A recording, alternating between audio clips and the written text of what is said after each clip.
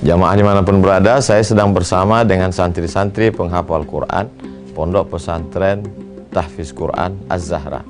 Mari kita support Pondok Pesantren Tahfiz Quran Az-Zahra gratis melalui donasi Bank Syariah Indonesia (BSI).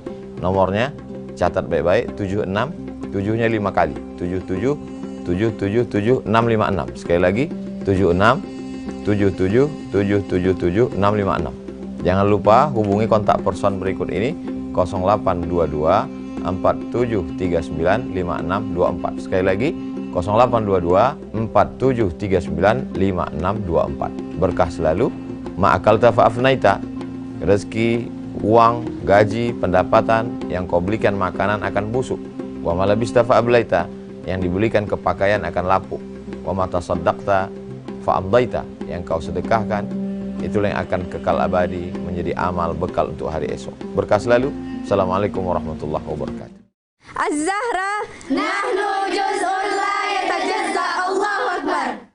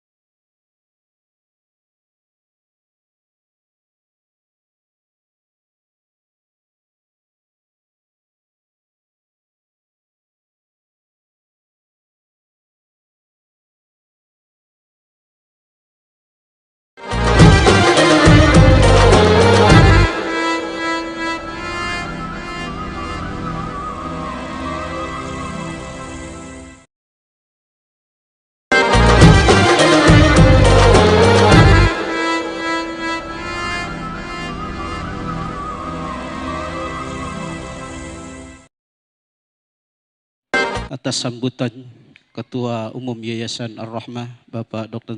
Haji Asyikin MPD Semoga sambutan memberikan inspirasi kepada kita semua. Karena memang ya Rahmah akan mencoba mendidik anak-anak di sekitar wilayah Ar-Rahmah ini menjadi penghafal Al-Quran. Amin ya Rabbal Alamin. Baik hadirin sekalian yang dimuliakan oleh Allah Subhanahu wa Ta'ala. Pergi ke masjid niat mengaji. Menunggu mengaji sejak dini hari. Perasaan gembira hari ini melihat Ustadz Abdul Somad sudah menanti.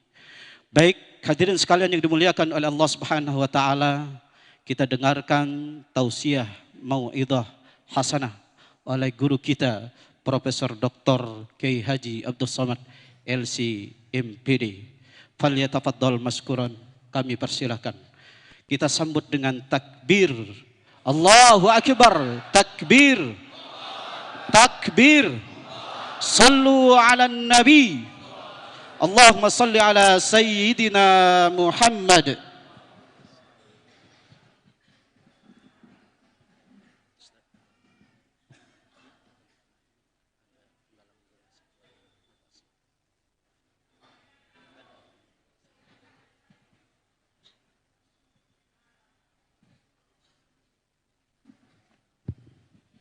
Bismillahirrahmanirrahim. Assalamualaikum warahmatullahi wabarakatuh. Alhamdulillah wassalatu wassalamu ala Rasulillah Sayyidina wa Maulana Muhammad ibni Abdillah wa ala alihi wa sahbihi wa man da'a bida'watihi wa istanna bisunnatihi ila yaumi liqa'i rabbih wa ba'du.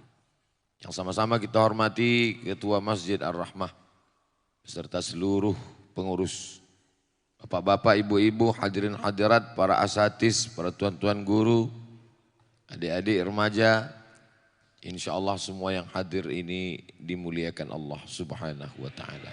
Amin ya Rabbal Alamin. Di antara semua solat subuh, solat zuhur, solat maghrib, solat isya, solat tarawih, solat yang disebutkan dalam 5 waktu itu, solat apa yang ada disebutkan secara spesifik dalam Al-Quran?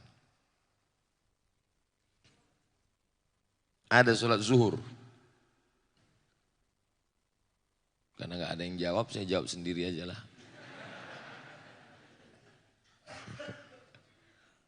Salat zuhur tak ada. Salat asar, salat maghrib, salat isya. A'udzubillahi minasyaitonir rajim. Aqimis salata liduluki syamsi ila ghasaqil laili wa qur'anal fajr. Inna qur'anal fajri kana mashhuda. Macam-macam terpaksa. Jadi dalam ayat itu disebutkan, dirikanlah salat ketika matahari tergelincir sampai masuk malam. Wa qur'anal fajri. Quran fajri. Diterjemahkan orang Quran di waktu fajar. Padahal yang dimaksud dengan Quran al-fajri itu adalah sholat subuh. Kenapa sholat subuh itu disebut dalam Al-Quran secara spesifik? Karena ayat Al-Quran dibaca yang paling panjang di antara 5 sholat adalah sholat subuh. Tahajud juga ada disebut Pak Ustadz. Wa minal laili, dari sebagian malam, fatahajjad, bertahajudlah kamu. Nafilatallak, sebagai amal tambahan. Asa ayyab'asaka rabbuka maqamam mahmuda.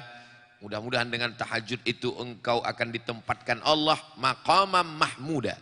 Maqamam mahmuda artinya tempat yang terpuji. Bukan tempatnya mama-mama muda. Kenapa tahajud disebutkan? Karena di antara solat-solat sunat yang paling panjang bacaan ayat Qur'annya adalah solat tahajud. Berapa ayat? Hatta tatafattara qadamahu, sampai bengkak kaki Nabi Muhammad sallallahu alaihi wasallam, saking lama tegaknya. Kenapa tegaknya lama? Karena ayatnya paling panjang. Apa yang saya maksudkan? Bahwa salat menjadi disebutkan di dalam Quran karena ayatnya panjang. Salat sunat tahajud, salat wajibnya subuh.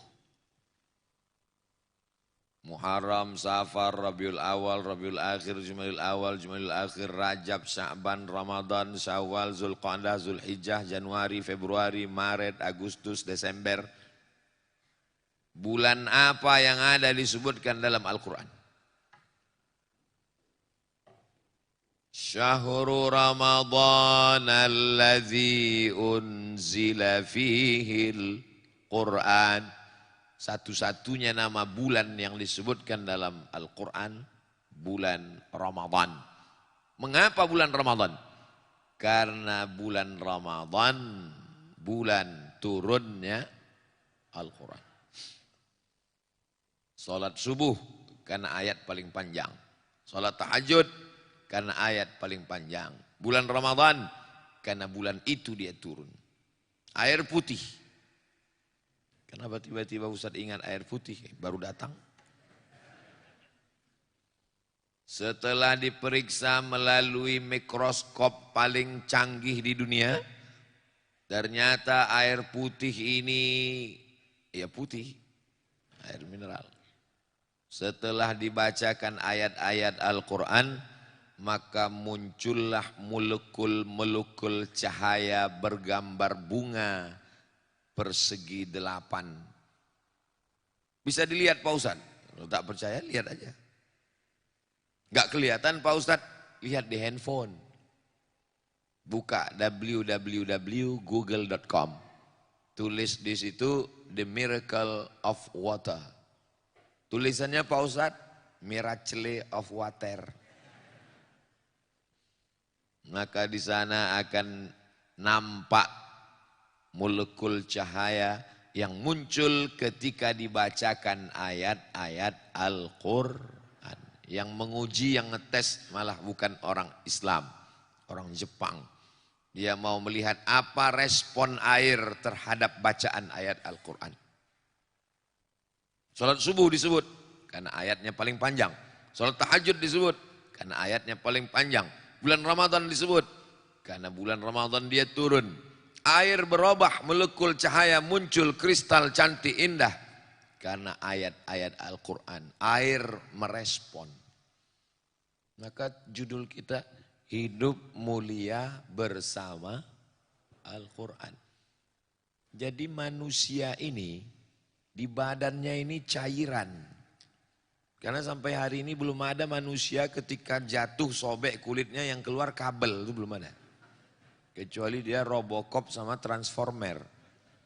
Kalau jatuh keluar darah. Darah itu minyak atau air? Air. Makanya air itu merespon ketika dibacakan ayat-ayat Al-Quran. 3 liter air dalam tubuhnya ini. Kalau tumpah dia kekurangan darah, mati, lalu kemudian habis, hilang, jantung berdegup, berdetak, menyemburkan darah. Darah itu air, air itu merespon ketika dibacakan ayat-ayat Al-Quran. Makanya ketika kita bangun pertama kali dan kita sholat tahajud, ayat Quran banyak supaya darah itu berubah menjadi positif. Begitu juga dengan tahajud, begitu juga dengan subuh, ayatnya juga yang paling panjang supaya nanti saat melewati menjalani hari Selasa. Selasa ini betul. Saking lamanya saya sudah keluar nih lupa hari apa udah. Maka hari Selasa ini insya Allah karena kita tadi dibacakan ayat yang panjang oleh imam kita, maka kita pun bersemangat. Maka kalau ada orang yang diganggu jin, kerasukan setan, apa dibacakan? Ayat Quran. Belum pernah ada orang kerasukan setan dinyanyikan lagu dangdut.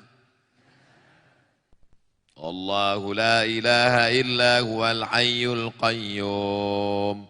La ta'khudhuhu sinatun wa la nawm. Lahu ma fis samawati wa ma fil ardh. من ذا الذي يشفع عنده إلا بإذنه يعلم ما بين أيديهم وما خلفهم ولا يحيطون بشيء من علمه إلا بما شاء وسع كرسيه السماوات والأرض ولا يؤوده حفظهما وهو العلي العظيم. Kenapa Ustadz bacakan terus? Mana tahu ada yang kerasukan setan. Setannya keluar, merespon dia. Makanya itu dibaca habis sholat subuh, dibaca habis sholat zuhur, dibaca habis sholat asar, dibaca habis sholat maghrib. Seminim-minimnya habis subuh sama habis maghrib. Kenapa? Habis subuh awal hari, habis maghrib awal malam. Dibaca dari awal hari, dijaga sampai petang hari, dijaga dari dibaca awal malam, dijaga sampai akhir malam. Nyambung antara subuh ke maghrib, maghrib ke subuh. Begitulah Allah menurunkan, bukan mantra, bukan bim salah bim abrakadabra, tapi yang diturunkan adalah wa nunazzilu minal Qur'an, kami turunkan Al-Quran, ma huwa syifa, sebagai obat terhadap masalah-masalah kehidupan. Orang yang stres, orang yang depresi, bingung terhadap hidup, akhirnya pergi ke tempat bersemedi, tempat bermeditasi. Disuruh pejam mata, mendengar suara gemerici air dan kicau burung, yang semuanya bukan, nggak ada burungnya, cuman suaranya aja. Macam sarang walet. Disuruh tarik nafas, tarik, tahan, keluar dari bawah. Kita tidak diajarkan demikian. Kita disuruh kalau susah hati, gunlah gulana, ambil air wudhu, buka Al-Quran, membaca dengan aturan nafas seperti yang diajarkan guru-guru kita. Tak boleh mencuri nafas, ada wakafnya, ada ibtidaknya, ada idghamnya, ada gunnahnya, ada qalqalahnya, ada mendengungnya. A'udzu billahi minasy syaithanir rajim. Bismillahirrahmanirrahim. Was-samaa'i wat-tariq. Wa ma adraka mat-tariq. An-najmu as-saqib. In kullu nafsin lamma 'alaiha hafidh. Falyanzuril insanu mimma khuliq. Lama-lama titik-titik itu pun bergerak, dia pun tertidur. Alhamdulillah Ustaz Somad, sejak saya baca Quran ini, cepat sekali saya tertidur. Sebelumnya, jam 2 malam pun mata saya berkedip-kedip, nggak bisa tidur. Kena penyakit insomnia. Makan obat tidur 3 papan, seminggu baru bangun. Makanya kalau ada di antara jamaah ini yang tertidur, itu berarti Ustadz berhasil menanamkan ketenangan di dalam hati jamaah. Bapak Ibu yang dimuliakan Allah Subhanahu wa Ta'ala, yang semua saya sebutkan itu tadi, bagi orang yang tidak percaya,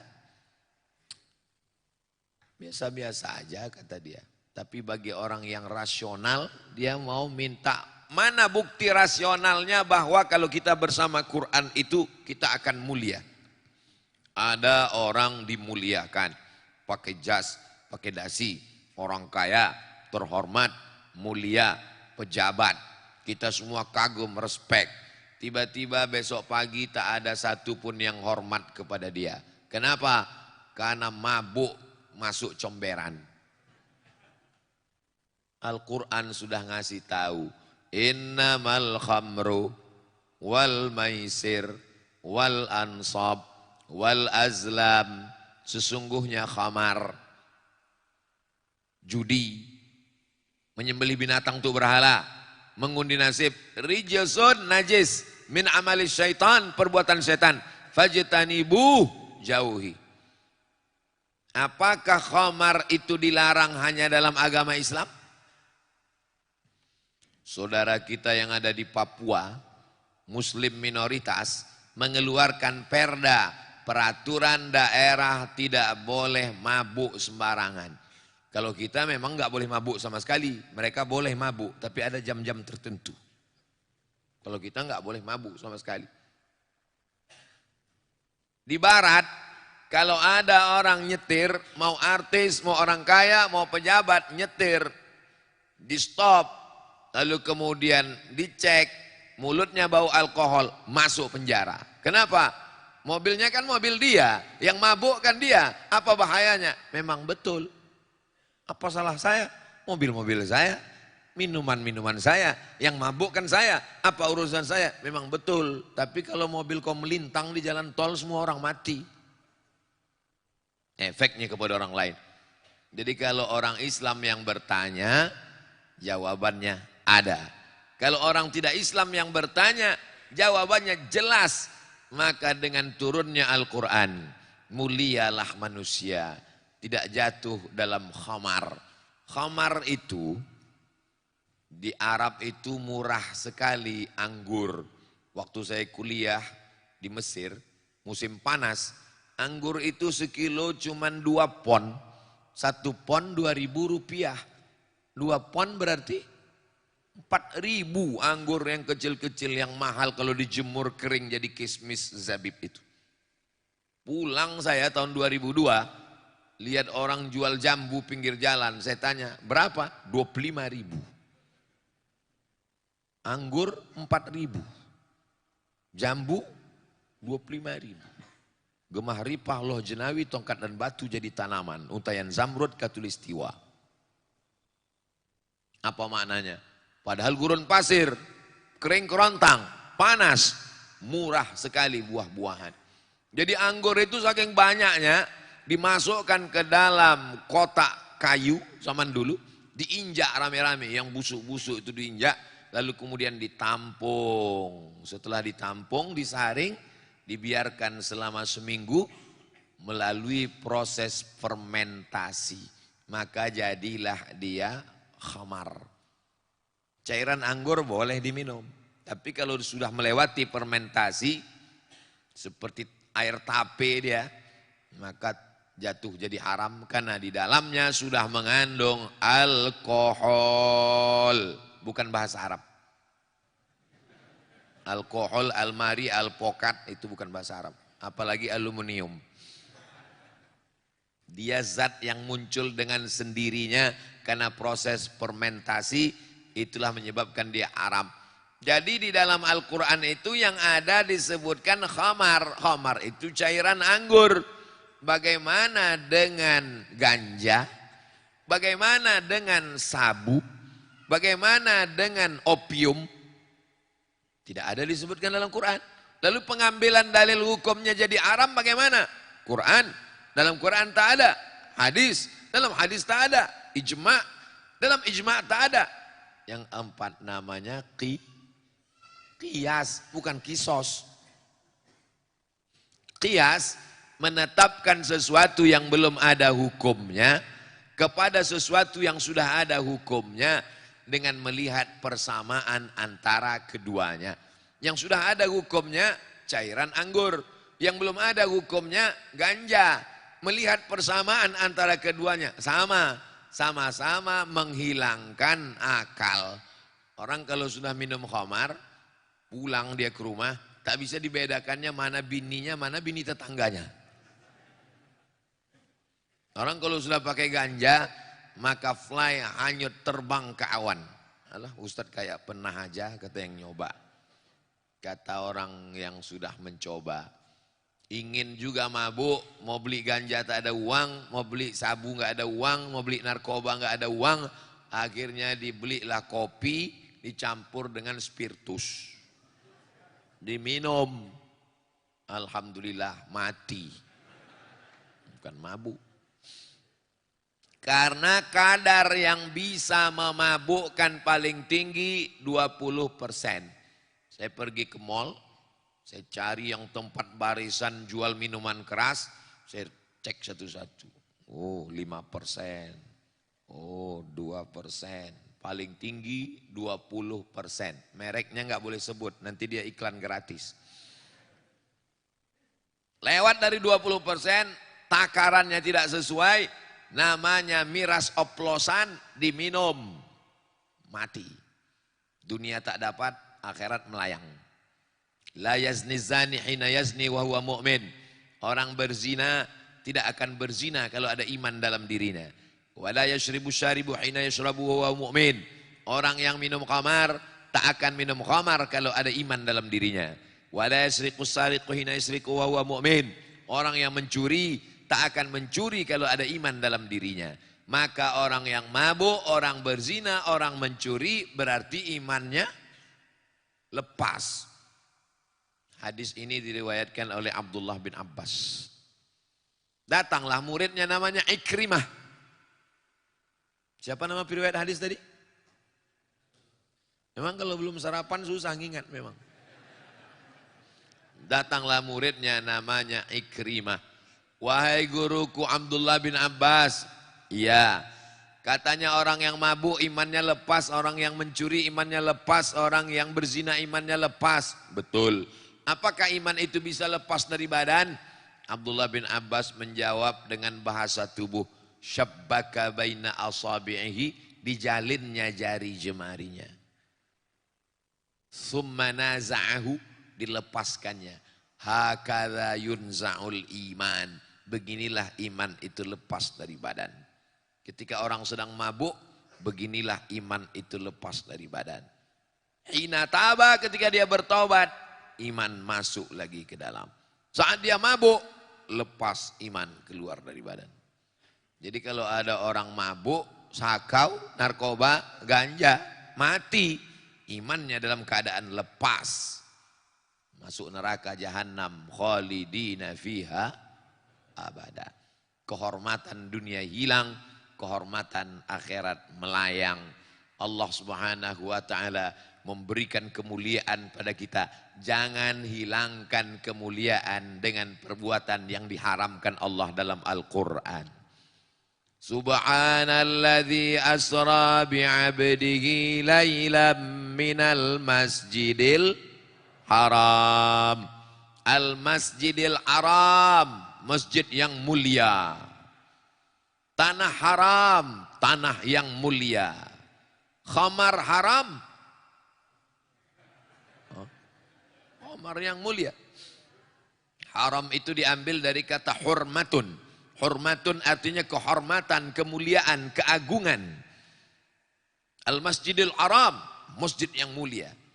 Ini tanah haram, jangan macam-macam, tanah mulia. Khamar haram, khamar mulia. Maksudnya kalau diminum maka hilanglah kehormatan orang. Saat belum minum dia dihormati. Begitu dia sudah minum, senyum sendiri, ketawa sendiri. Saya awalnya saya respect dengan bapak itu dulu Pak Ustadz. Hormat sekali saya. Sejak ketemu mabuk.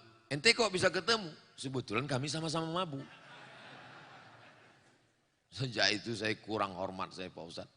Sama Ustadz pun saya hormat karena sama Ustadz nggak mabuk inilah. Kalau Ustadz mabuk pun saya nggak hormat lagi kata dia. Rupanya dia pun ngomong tuh sedang mabuk juga. Bapak Ibu yang dimuliakan Allah Subhanahu wa taala. La taqrabuz zina. Janganlah kamu dekati zina. Khamar jelas innamal khamru. Tapi kalau zina tadi bunyi ayatnya lain. La taqrabuz zina. Jangan dekati zina. Ya ayatnya tidak mengatakan jangan berzina. La taqrabuz zina. Jadi ketika itu ada seorang ahli ibadah. Tinggalnya di Som'ah. Makanannya diantar. Dia tidak keluar untuk cari makanan. Pakaiannya dijemput, dicucikan keluar. Kerjanya beribadah aja. Tiba-tiba ada seorang kakak, adik, 2 orang.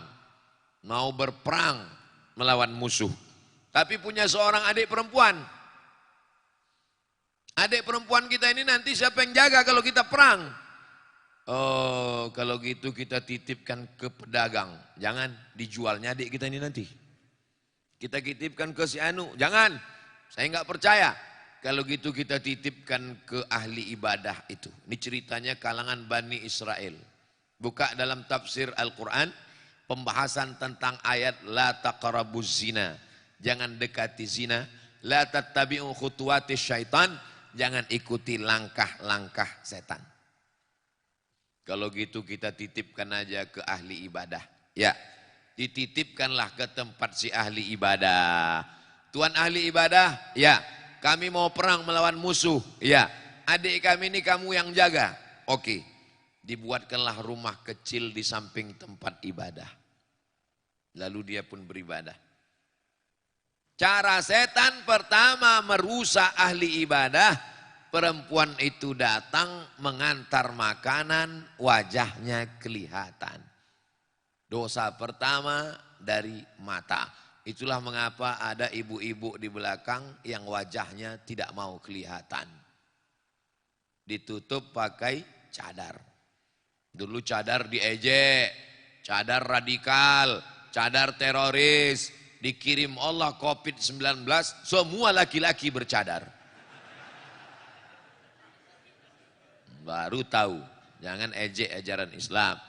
Kalau ada perempuan bercadar, menutup wajahnya, dia bukan menjaga dirinya, tapi menjaga suami kalian yang gatal, Bu. Kalau ada perempuan menutup wajahnya, dia sedang menjaga kehormatannya. Memang masalah cadar ini ada ikhtilaf. Yang satu mengatakan wajib, yang satu mengatakan anjuran. Jangan kelahi. Yang sudah bercadar istiqomahlah. Yang baru pakai jilbab, pakai hijab, jangan ejek saudarimu. Kalau yang bercadar mengejek yang berjilbab mengejek yang bercadar, yang ketawa yang nggak pakai baju. Maka mulai mengantar makanan, melihat wajahnya, jemput pakaian, maaf beribu maaf, lama-lama digoda setan orang ahli ibadah tadi. Dia pun berzina dengan perempuan itu. Setelah berzina, perempuan itu mengandung. Dia takut kalau perempuan ini nanti mengadu, kakaknya pulang, dia dibunuh. Maka diracunnya perempuan itu, digalinya tanah di dalam tempat ibadah, dikuburnya di dalam. Ketika kakaknya pulang, bertanya, mana adik kami? Saya enggak tahu, saya sibuk dengan beribadah, tiba-tiba adikmu hilang. Sampai akhirnya suatu malam dia bermimpi. Dalam mimpi itu dia bertemu dengan adiknya. Adiknya mengatakan bahwa dia sudah dibunuh. Kalau engkau mau tahu wahai kakakku, maka galilah tempat ibadah itu, jenazahku ada di dalam. Dia percaya dengan mimpi yang baik itu. Karena itu ilham dari Allah Subhanahu wa ta'ala. Maka dia minta gali. Digali, ditemukanlah. Rupanya adiknya sudah mati menjadi tulang belulang dalam keadaan hamil karena ada janin di dalam. Maka dihukum mati. Semuanya berawal dari pandangan pertama, ngomong, kedekatan, langkah-langkah setan. Begitulah Allah menjelaskan, la taqrabuz zina, jangan dekati zina. Jadi kalau ada ustadz yang melarang, kalian jangan tukar-tukaran nomor. Kalian jangan satu grup WhatsApp. Orang SMS aja kok, WA aja kok. Apa hubungannya? Kalian jangan jalan berduaan. Ustadz suuzon. Ustadz pula dia bilang suuzon. Itu bukan ustadz yang melarang. Allah melarang. Nazratun berawal dari pandangan. Setelah nazratun, fabtisamun, mulai senyuman. Setelah senyuman, fasalamun, mulai say hello, hai. Setelah salam, fakalamun, mulai ngomong. Setelah ngomong, mau'idun, janji. Setelah janji, faliqaun, pertemuan. Ada 6 langkah setan. Berawal dari mata, senyuman, salam, ucapan, pertemuan, janjian. Setelah itu terjadilah apa yang terjadi. Maka tutuplah dari awal. Ketika melihat, tundukkan pandangan. Maka di masjid ini tidak ada laki-laki yang bisa melihat perempuan. Kenapa? Karena semua laki-laki melihat saya, kecuali saya. Dan di masjid ini tidak ada perempuan yang bisa melihat wajah laki-laki. Kenapa? Karena semua ibu-ibu hanya bisa melihat tengkuk bapak-bapak. Bapak-bapaknya melihat saya, ibu-ibunya melihat tengkuk bapak-bapak. Sedangkan saya memang bisa melihat ke sana, tapi saya ini kan udah tua, jadi nggak jelas sekali. Saya ini umur sudah 45 tahun. Jadi tak jelas sekali mana anak gadis, mana nenek-nenek, rata aja nih kelihatannya. Makanya di antara shop laki-laki dan perempuan itu dibuat namanya satir. Satir kain penutup. Di Masjid Ar-Rahmah ini ada kain penutupnya? Enggak pakai kain penutup? Ada di beberapa masjid itu kain penutupnya setinggi lutut. Macam net takraw. Kain penutup tuh mesti sampai ke atas setinggi kepala supaya yang sop belakang tidak bisa melihat sop pertama perempuan. Karena yang di belakang ini anak-anak muda banyak. Itu kalau ada anak gadis di belakang lain bunyi aminnya. Amin. Sebaik-baik sop laki-laki di mana? Depan. Sebaik-baik sop perempuan di mana? Belakang. Kenapa?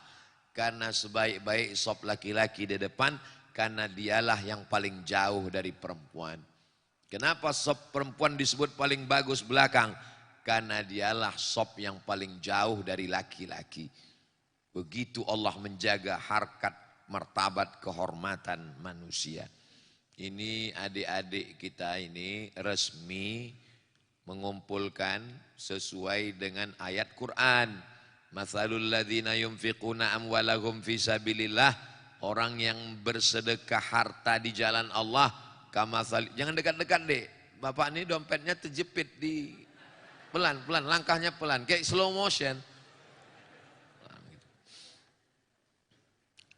Ambatat sab'a sanabil, 1 biji tumbuh 7 cabang. Wa fi kulli sumbulatin mi'atu habbah, 1 cabang tumbuh 100. 1 jadi 7, 100 jadi 700.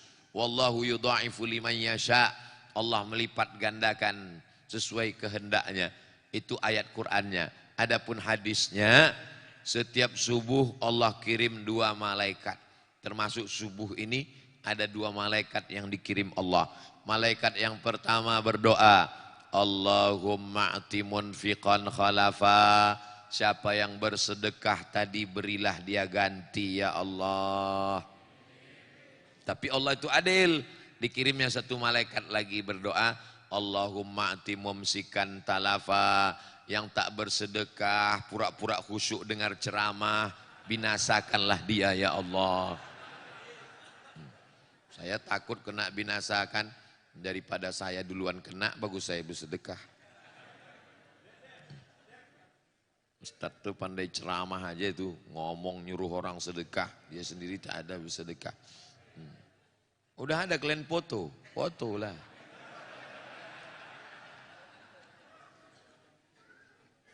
Hadisnya ada dalam Sahih Al-Bukhari. Katanya, kata Nabi Muhammad SAW, setiap subuh Allah kirim 2 malaikat turun. Malaikat yang pertama berdoa, Allahumma ati munfiqan khalafa. Bapak ibu yang bersedekah tadi berilah dia ganti ya Allah. Malaikat satu lagi berdoa, Allahumma ati mumsikan talafa. Yang tak mau bersedekah maka binasakanlah dia ya Allah. Lepas saya sudah. Adapun bapak ibu terserah kalian lah, saya tak pikirkan lagi. Mau binasa kalian bukan urusan saya. Nah, cepat kalian jalan, orang ini takut binasa nih. Bapak Ibu yang dimuliakan Allah Subhanahu wa taala. Kita doakan anak-anak muda ini nanti menjadi pejuang di masa akan datang. Bapak Ibu masih yakin Masjid Saya ingat cuma pura-pura lupa biar jamaah nih. Bapak Ibu yakin Masjid Ar-Rahmah ini masih ada 50 tahun lagi? Yakin? Saya kalau melihat bangunannya ini nggak yakin saya. Masjid ini mesti direnovasi. Saya tadi pas naik mobil, nampak saya tidak tertidur. Saya tak tidur, kalau tidur batal lah wudhu saya. Nampak saya masjid tinggi 2 lantai, lampunya terang benderang, ada tangganya. Tinggi gitu, gerbang tinggi, ada tangganya seperti eskalator, lampu terang. Begitu saya buka mata, kok gini bentuk masjidnya? Gak tahu, mungkin entah penampakan, entah saya kena halusinasi. Berarti insya Allah ke depan berapa puluh tahun lagi, begitulah bentuk masjid ini insya Allah. Tinggi, ada tangga eskalatornya, lampunya terang benderang.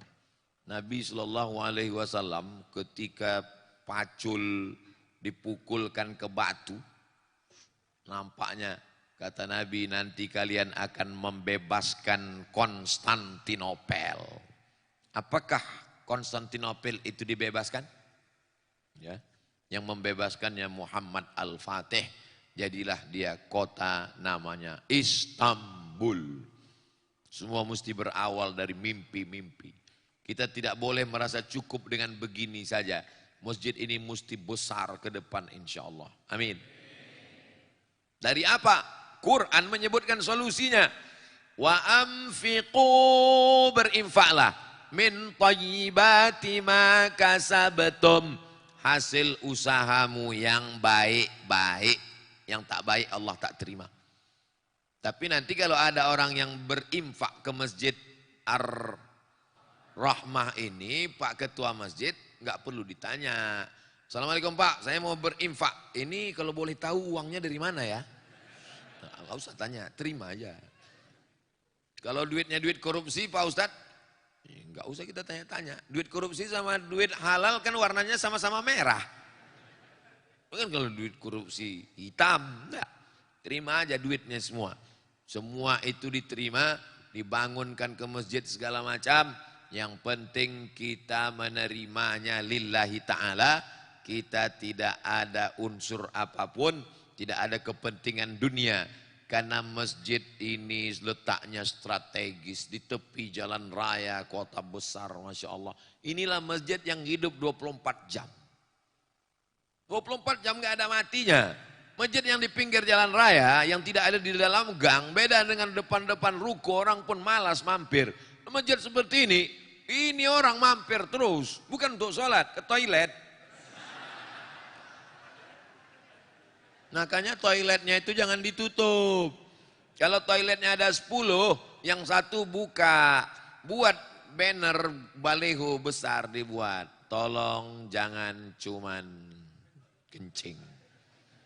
Jangan sampai kalian nanti wahai saudaraku lewat di masjid, mati menghadap Allah, ditunjukkan buku catatan amalnya, mampir ke masjid, mampir ke masjid, mampir ke masjid, keterangan kencing, kencing, kencing, kencing. Buat di situ kotak sedekah dari besi, ditempelkan ke dinding, dilas. Karena kalau tidak ditarik orang. Pernah kami buat Pak Ustadz, dicopot orang tuh sama tiang-tiangnya sekalian. Nah, buat tiang yang lebih besar sekali. Maka inilah harta yang tidak habis dengan kematian. Yang lain habis. Itu mobil-mobil mewah yang cantik, yang hebat itu. Kalau Bapak meninggal dunia, apakah mobil itu Bapak bawa mati? Ibu yang menjawab tidak. Gitu. Bapak yang kutanya, ibu yang menjawab. Kenapa? Karena mereka udah tahu. Ini kalau kau mati bang, ini punya aku nih kata dia. Hati-hatilah kalian Pak. Satu-satunya mobil yang bisa dibawa mati adalah mobil wakaf. Maka wakafkanlah mobil itu untuk Masjid Ar-Rahmah. Pak Ketua Masjid, ini Ustadz Somad ini ceramahnya. Kalau mobil itu diwakafkan ke kami, nanti Ustadz pulang banyak sekali, nanti mobil nggak muat parkirnya. Dijual Pak Ketua. Mobil-mobil nanti dari mereka ini, saya yakin setelah selesai pengajian ini banyak yang nyerahkan mobil nanti. Mobil itu dijual. Oh, jadi wakaf itu boleh dijual Pak Ustadz? Wakaf itu boleh dijual, tapi nggak boleh habis. Kalau habis namanya infak. Kalau nggak habis namanya wakaf. Semen, batu bata, kerikil, itu namanya infak, wakaf. Kalau habis, contohnya lilin. Assalamualaikum Pak Ketua Masjid, saya mau ngasih lilin. Itu infak apa wakaf? Infak, karena lilin kalau dibakar kan habis. Nggak bisa dia mesti kekal abadi. Mobil nggak habis. Mobil buktinya dijual habis.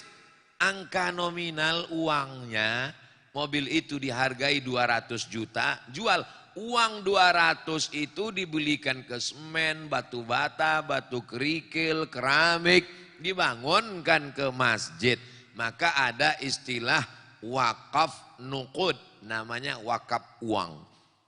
Jamaah dimanapun berada, dari Sabang sampai Papua, belilah sertifikat wakaf uang untuk pembangunan Masjid Ar-Rahmah. Satu sertifikat harganya 100.000. Maka sertifikat 100.000 berarti Bapak dengan mengirimkan 100.000 ke nomor rekening. Ada dibuat. Cumana kita mau mengiklankan Masjid Ar-Rahmah, ada nomornya. Jadi ke depan pengurus-pengurus masjid kalau ceramah Ustadz Somad, nama ini nggak usah besar-besar, kecil aja. Yang besar itu nomor rekening. Rekening besar gitu. Ini bukan hanya untuk Masjid Ar-Rahmah, untuk masjid-masjid dimanapun nanti akan datang. Saya kasih tahu kepada pengurus masjid untuk jadwal ceramah Ustadz Somad tahun 2023, gambar kecil aja. Yang besar buat nomor rekening sama sampingnya keris. Jadi jamaah tinggal yang malas-malas nulis dia langsung langsung tulis, langsung Masjid Ar-Rahmah Bank Syariah Indonesia. Orang kita ini paling malas nulis. Jadi dia maunya langsung aja, langsung Masjid Ar-Rahmah BSI nomor transfer, nomor pilihan. Buat paling atas 1 miliar. Habis itu 100 juta, habis itu 10 juta, habis itu 1 juta. Karena dia mau cepat-cepat dipilihnya. Langsung terkirim. Begitu terkirim dia pun menangis. Katanya. Ditanya sama istrinya, kenapa abang menangis? Haru ingat almarhumah mama ya? Enggak, ku terkirimku pula 1 juta tadi. Memanglah kau laki bodoh, kata bininya. Padahal yang salah kirim 1 juta itulah yang akan menjadi bekal dia menghadap Allah Subhanahu wa ta'ala. Kalau duit bapak 1 miliar di bank, terkirim 1 juta untuk Masjid Ar-Rahmah, yang tinggal di bank 999 juta. Mati bapak. Yang bapak bawa mati yang mana? Yang 1 juta itulah. Yang 999 juta dibawa mereka untuk nikah sama brownies, berondong manis. Memang sekarang ketawa-ketawa. Pas balik dari sini, betul juga kata Ustaz. Ibu jawab dengan jujur ya Bu ya. Jangan marah ya Bu ya. Jangan tersinggung sama saya ya. Kalau bapak ini meninggal, ibu mau ikut? Tengok. Tapi jangan gara-gara cerita ini, kalian yang muda-muda ini jadi takut bebini. Lalu mempertahankan status jomblo kalian sampai hari kiamat. Ibu ini perempuan yang solihah semuanya. Mereka orang baik-baik semuanya. Begitu mengangkat perasaan mereka yang udah mulai jatuh down tadi. Saudaraku yang dimuliakan Allah Subhanahu wa taala, itu semua diceritakan Allah dalam Al-Qur'an bahwa kita semuanya akan mati menghadap Allah. Alladzi khalaqal mauta. Allah menciptakan mati, wal hayata. Allah menciptakan hidup. Liyabluwakum ayyukum ahsanu amala. Allah menguji siapa yang paling baik amalnya. Al-Quran itu menjelaskan semua. Akhirnya kita pun mati menghadap Allah. Ada yang mati karena kecelakaan lalu lintas. Ada yang mati karena COVID. Ada yang mati karena batu. Ada yang mati karena tenggelam. Lalu orang pun bertanya, matinya kenapa? Karena diabetes. Matinya kenapa? Jantung koroner. Matinya kenapa? Karena kanker. Matinya kenapa? Padahal matinya semua karena malaikat maut. Kalau nggak dicabut malaikat maut bisa mati. Berapa banyak orang mati nggak mati-mati. Bunuh diri di rel kereta api. Sudah siap. Live lagi. Hai guys. Saksikan detik-detik kematianku. Ya pun, lewat kereta api. Begitu lewat, enggak mati. Rupanya salah rel. Minum racun. Diambil racun tikus, telan. Dianggapnya mati. Rupanya datang orang kampung. Dituangkan mereka susu kental manis. Ini, kalau dituang susu kental manis kemari, susu kental manisnya turun ke bawah, air yang ada ini turun ke atas, tumpah dia. Makanya kalau ada orang minum racun, maka tuangkanlah susu kental manis agak kira-kira ya selusin lah. Maka keluar semua itu racun-racunnya. Kenapa? Karena susu kental manis itu berat, penuh dia memenuhi usus, akhirnya racunnya keluar. Begitu dia terbangun disangkanya udah masuk neraka. Loh, tengoknya istrinya, kau kok neraka juga, kata dia. Kau nggak jadi mati bang, masih sama aku lagi, kata dia. Saudaraku yang dimuliakan Allah Subhanahu wa taala, berapa banyak orang yang mau mati tidak mati, berapa banyak orang yang tidak mati, kata dia, sehat gagah perkasa. Begitu sampai di kantor, lihat sekretaris, mati. Suami saya itu Pak Ustadz tadi malam pas mau tidur itu masih sehat Pak Ustadz. Masih cerita tentang rumah kami yang belum selesai itu renovasi Pak Ustadz. Tiba-tiba pas jam 3 saya bangunkan dia mau sholat subuh. Terasa dingin macam es batu. Rupanya udah mati Pak Ustadz. Makanya sebelum tidur itu kita siap-siap mati. Bismika Allahumma ahya wa amut. Tanyakan ke istri, mama, nanti kalau aku mati kau mau kirim Al-Fatihah kan? Yakin kan? Ini banyak suami-suami ini takut cerita mati. Ibu pun gitu juga. Kalau suaminya cerita mati, nanti kalau papa mati gimana? Jangan cerita mati. Padahal kita semua ini akan mati. Jangan pernah takut cerita mati. Saya pesankan ke keluarga saya di rumah. Kalau aku berangkat, ini jihad fisabilillah. Kalau nanti aku mati di daerah Jabodetabek, nanti kuburku di dekat keluarga Ustadz Qurtubi. Biar supaya pengurus Masjid Ar-Rahmah nggak susah mencari pemakaman. Nanti kalau aku mati di daerah Sumatera Utara, maka kuburkanlah aku di dekat makam almarhumah emakku. Kalau aku meninggal di Papua, tak usah kalian bawa jenazahku ke Riau. Karena tiket pesawat jenazah lebih mahal daripada orang hidup. Itu mesti dijelaskan itu. Anak-anakku ini mesti sekolah agama, tamat pesantren. Habis pesantren terserah dia mau kemana. Kalau dia mau ikut jejakku ke Mesir, ke Maroko, ke Sudan silakan. Tapi kalau dia tak mau sekolah agama, jangan kalian paksa. Yang penting basicnya agama.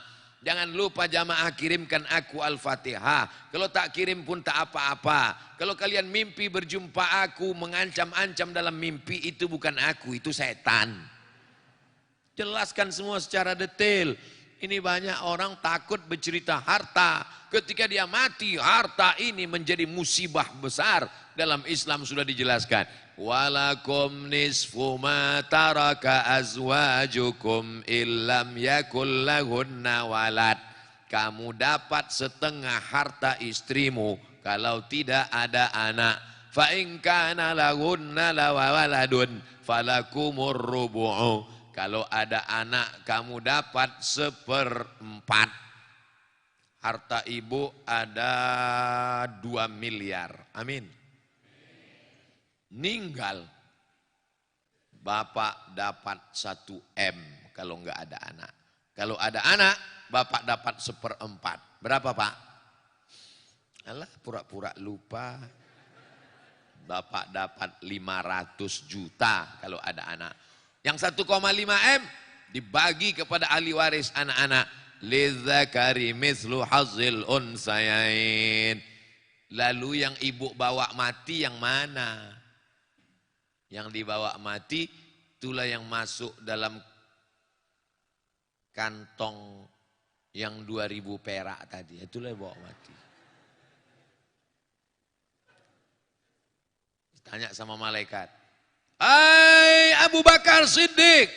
Ya, kau mati bawa apa? Abu Bakar Siddiq mati membawa emas 1 bongkah waktu dia hijrah bersama Rasulullah SAW. Kemungkinan besar 1 bongkahnya itu sekilo. 1 gram emas sekarang harganya 1 juta berapa gitu. Tapi karena kita udah lama kenal 1 juta aja lah. 1 juta kali sekilo 1 miliar. 1 kilo itu kan 1000 gram. Kali 1 juta. 1 miliar dibawanya menghadap Allah. Hai Utsman bin Affan, berapa yang kau bawa? Bermiliar-miliar. Tiba-tiba ada 1 orang Tangerang. Tangerang ini. Rempoa. Ya Allah, masukkan aku ke surga bersama Abu Bakar dan Utsman. Kau berapa kata malaikat? 2.000. Maksud Allah masuk surga 2.000 perak. Malaikat, kau letakkan ini di dekat WC sana. 2.000 perak kan WC. WC pun udah naik 3.000 sekarang. Sesuai dengan harga solar. Jamaah yang dimuliakan Allah Subhanahu wa taala. Saya cuman mau mengajak kita berpikir bahwa hidup ini singkat. Paling lama 63 tahun. Itu pun kalau ikut Nabi Muhammad SAW. Teman-teman saya yang lebih muda dari saya, yang lebih sehat dari saya, yang lebih ganteng dari saya, sudah banyak yang meninggalkan saya, meninggal dunia. Saya belum mati, kenapa?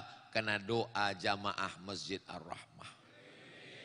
Mereka berdoa, apalagi Pak Ketua yang katanya menonton YouTube saya dari awal sampai akhir. Ya Allah, sampaikan Ustadz Somad itu ke Masjid Ar-Rahmah. Setelah dia sampai ke masjid kami, matikanlah dia. Habis, mati menghadap Allah SWT.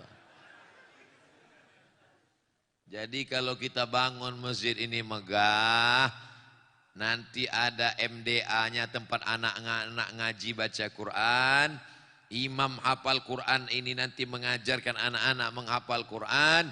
Anak-anak pulang sekolah sore, maka di sini dia nyetor hafalan dari maghrib ke isya, maka insya Allah mengalirlah pahalanya ke makam Ustadz Abdul Somad. Lihatlah tulusnya hati jamaah ini. Padahal saya bilang mengalirnya ke makam saya. Enggak ada saya bilang ke makam dia.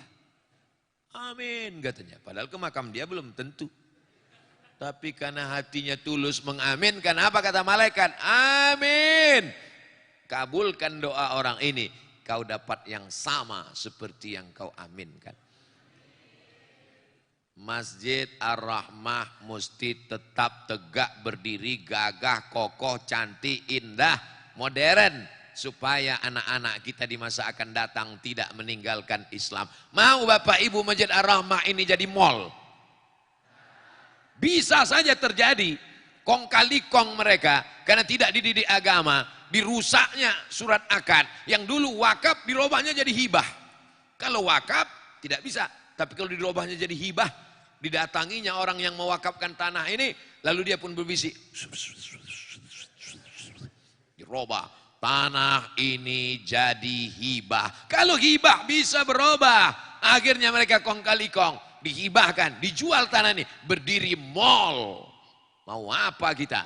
Tidak ditanamkan akidah. Di mana ditanamkan akidah? Di dalam masjid.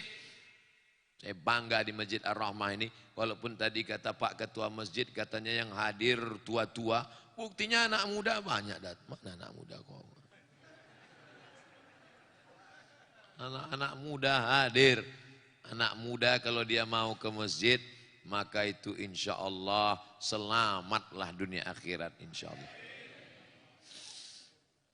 Tadi saya mulai tausiah ini jam 5 kurang 10. Sekarang sudah jam 6 kurang 15. Berarti saya sudah menyampaikan 55 menit.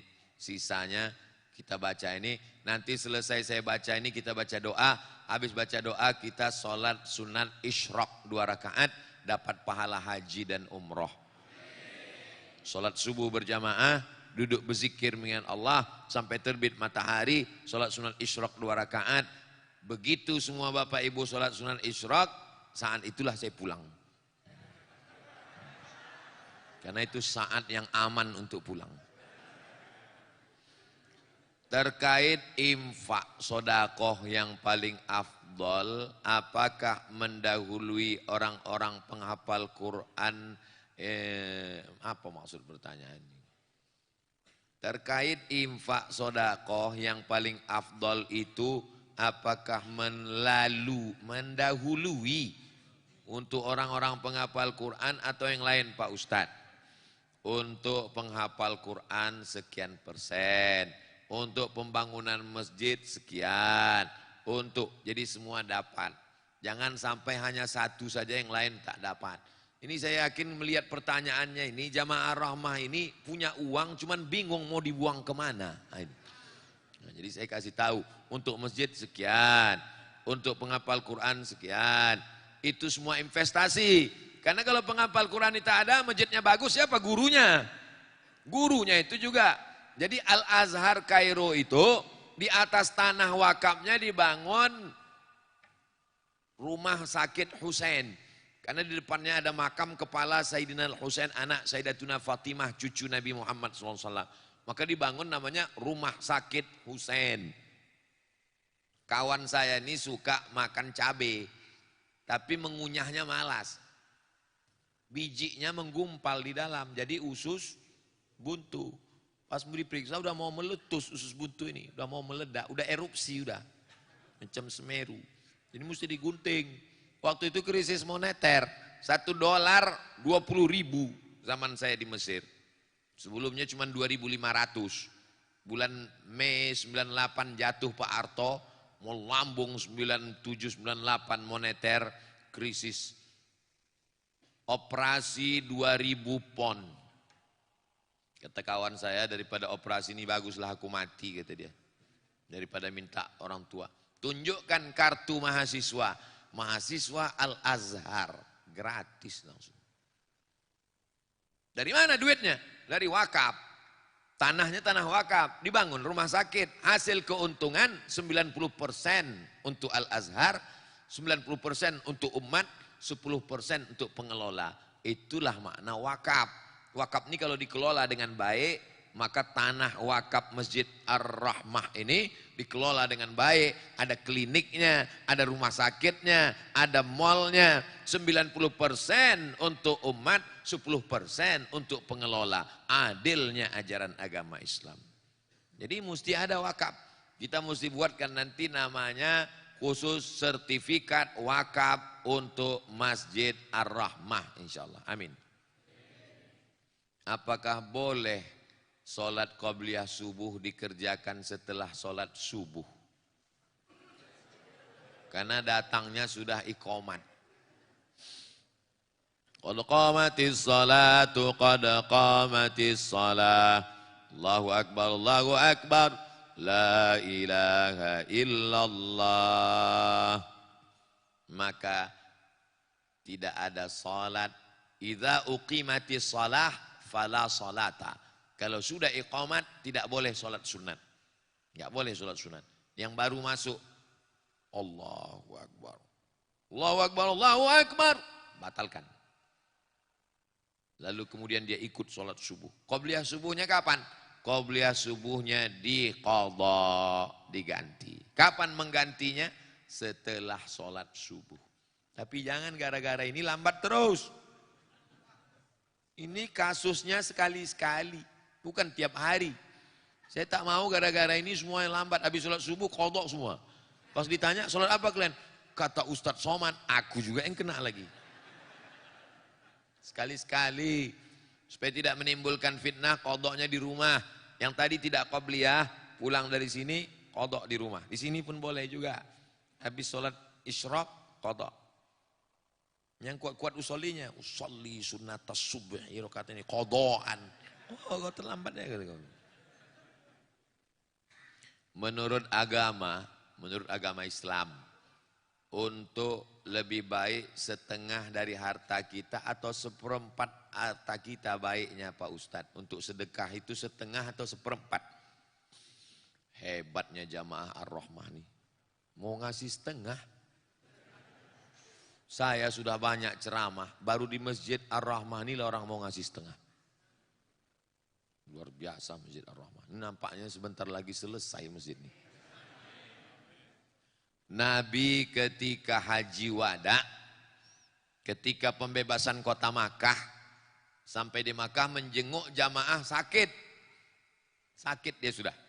Lalu anaknya cuma satu perempuan. Menantunya kaya. Kata dia, ya Rasulullah ambil semua hartaku ini. Kata Nabi, enggak. Itu dalil tidak boleh memberikan semua harta. Kalau engkau tidak mau semua asyatru, ambil setengah ya Rasulullah. Kata Nabi, enggak, setengah pun enggak boleh. Kalau gitu as-sulusu, sepertiga, ambil sepertiga ya Rasulullah. Kata Nabi, as-sulusu katsir. Anta da'a warasataka aghniya. Kau tinggalkan anakmu ahli warismu dalam keadaan mampu, khairun lebih baik. Min anta da'ahum 'allatan, daripada kau tinggalkan anak keturunanmu miskin susah, yatakaffafuna 'alan nas, minta-minta. Bapak enggak boleh ngasih semua hartanya untuk Masjid Ar-Rahmah, lalu anaknya jadi fakir miskin, enggak boleh. Makanya wasiat yang paling tinggi hanya boleh sepertiga. Lebih dari sepertiga wasiatnya batal. Misal ada jamaah Ar-Rahmah sulit wasiat.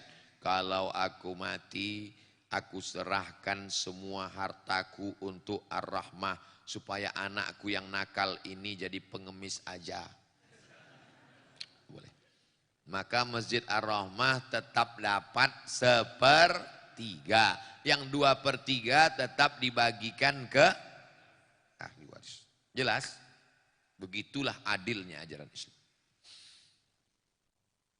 Izin tanya Ustadz, saya seorang mahasiswa dan santri yang masih menghafal Quran, mohon doanya jadi gini Ustadz, panjang ceritanya nih. Saya tiba-tiba ada rasa suka sama akhwat. Alhamdulillah, daripada kau suka sama ikhwan. Lagi tren sekarang. LGBT, laknatullah alaihim ajmain.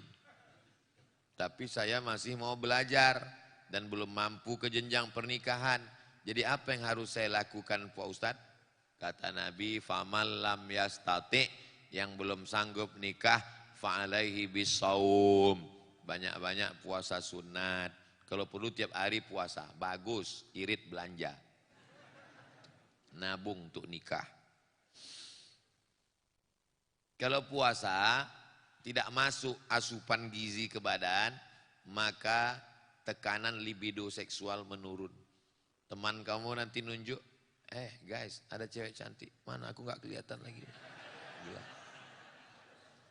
Itu yang baju hijau, oh kelihatannya kayak semangka katanya. Mengungkapkan perasaan ini atau gimana Pak Ustadz? Kau baru semester 1 udah mau mengungkapkan perasaan. Selesaikan dulu kuliah, selesaikan kuliah S1, habis itu nanti kerja, setelah itu baru kau menikah. Sementara itu nabung, sementara itu kerja. Tapi nanti kalau saya udah ketuaan apa masih ada orang yang mau sama saya Pak Ustadz? Saya ini udah tua ini kan. Udah tua nih udah 45 tahun, kurus, hitam dan tidak ganteng. Tapi cobalah kalian baca komen-komen di YouTube sama di Instagram sama di TikTok itu. Apa komen mereka? Ustadz jadikan aku yang kedua ya. Nah, sedang aku aja yang udah tua, udah lisut, udah kering nih masih banyak orang mau. Apalagi kalian yang ganteng-ganteng yang muda-muda. Jadi yang penting fokus aja kalian belajar. Saya kasih tahu, saya 4 tahun di Mesir nggak pernah pacaran, 2 tahun di Maroko nggak pernah pacaran. Kenapa orang tak mau? Karena perempuan itu mau jalan sama kau kalau kau punya duit. Kalau kau punya duit tak ada perempuan mau. Kalau ada perempuan mau kau tak punya duit, itu perempuan bodoh. Betul tak Bu? Jelas. Saya minta pendapat, pandangan dan solusi dari Ustadz. Udah jelas tuh, jelas solusinya tadi. Jelas, serius saja belajar.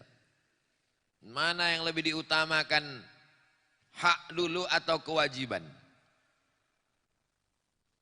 Ibu sama bapak ini punya, bapak terhadap ibu ada kewajiban. Kewajiban bapak kasih ibu makan. Ibu udah makan? Kenapa kalian tak kasih makan? Yang kedua kasih mereka pakaian. Nampaknya pakaian ibu sudah bagus. Mudah-mudahan jilbabnya cepat lunas. Yang ketiga kasih mereka tempat tinggal, alhamdulillah. Yang keempat beri mereka pendidikan. Yang kelima beri mereka perhatian. Kalau nanti mereka pulang, gimana mama pak? Belum pernah aku melihat perempuan seperti kamu. Dalam perempuan, dalam hati jeleknya. Itu dia. No, perhatian, dia perlu dipuji, dia perlu diberikan respon, dia perlu diberikan sesuatu. Itu kewajiban bapak, tapi bapak juga punya hak untuk dilayani, maka dia sejalan bersama. Jadi bapak tidak hanya menuntut, tapi juga bapak memberikan. Insya Allah mereka akan memberikan yang terbaik, kalau bapak juga memberikan yang terbaik. Perempuan itu pak, kalau bapak berikan yang terbaik, apa kata mereka? Jangankan hartaku, nyawaku akan kuberikan untukmu pak. Tapi kalau kau macam-macam, gitu. Iya kan Bu? Tengoklah jujurnya mereka. Mudah-mudahan kita semua selalu dalam ridho Allah. Dibukakan pintu rezeki untuk berwakaf, berinfak dan bersedekah. Istiqomah dalam iman dan Islam. Anak-anak kita soleh solihah, dijaga Allah dari narkoba, dijaga Allah dari LGBT. Indonesia ini aman, tentram, diberikan pemimpin yang adil dan amanah. Ala hadhihi niyah, untuk niat yang baik-baik ini. Al-Fatihah. A'udzubillahi minasyaitonir rajim. Bismillahirrahmanirrahim. Alhamdulillah.